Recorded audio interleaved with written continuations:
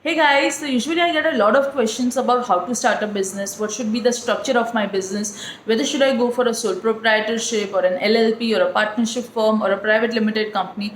There are so many business structures to choose from. There are do's and don'ts, there are advantages, disadvantages, and in order to understand everything, what are the requirements for opening a bank account, what are the documents required, so many questions, right? What are the tax implications and so on and so forth. So we are here to discuss this. Let us start with sole proprietorship today. So sole proprietorship business is the most simplest form, simplest structure. So a sole proprietorship business or a sole proprietorship firm means that it does not have a separate legal entity.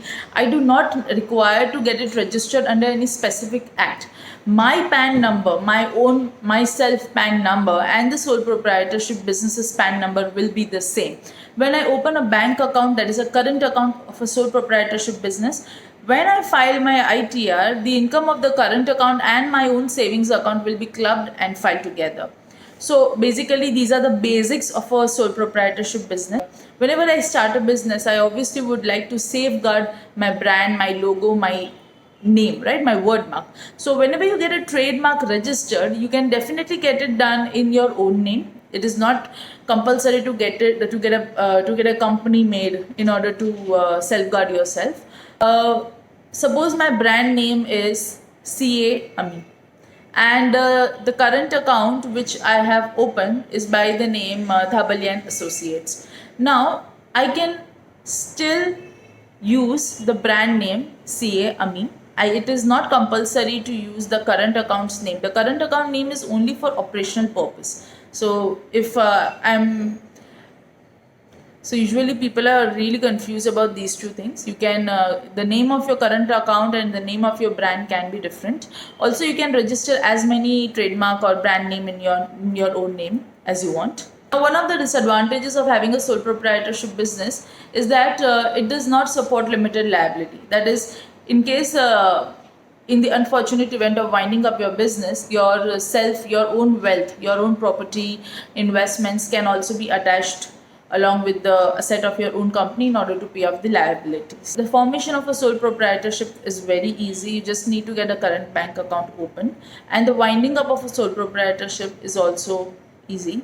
The only thing is that whenever you are opening a bank account, you will need at least two government proofs. Now, the government proofs can be either shop and establishment certificate or import export code or a GST. So either of mostly these three government proofs are available. Any two of it, if you do have, then you can definitely open a sole proprietorship current account.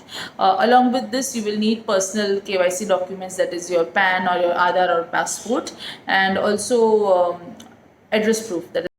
So taxes, as I said, your current and your sole proprietorship current account will be clubbed, and whatever the income is, you will have to file it with your ITR. So the taxation will be on the basis of slab rate, the same way as your own self is paying the taxes. Now your business income will also be added in the same. So in this startup series, I will also be discussing whether sole proprietorship is a good choice for your startup. I would say no, because investors are usually attracted to LLPs or private limited companies because these are public documents. Sole proprietorship, whatever business you are doing, you can easily get it done in a sole proprietorship current account, but because there is no regulatory framework, because there is no periodic submission of documents, there is no law to it, investors do not prefer to go to a sole proprietorship business even if the concept is good. So it is always better to start your business with a private limited or an LLP if you want to in future, if you want to get the attention of the investors, and if you want to get it registered with Startup India only accepts LLP and private limited. So here you go. I hope this was helpful, and we'll be doing more videos on business structures and what are the pros and cons and whether it is apt for you. Thank you.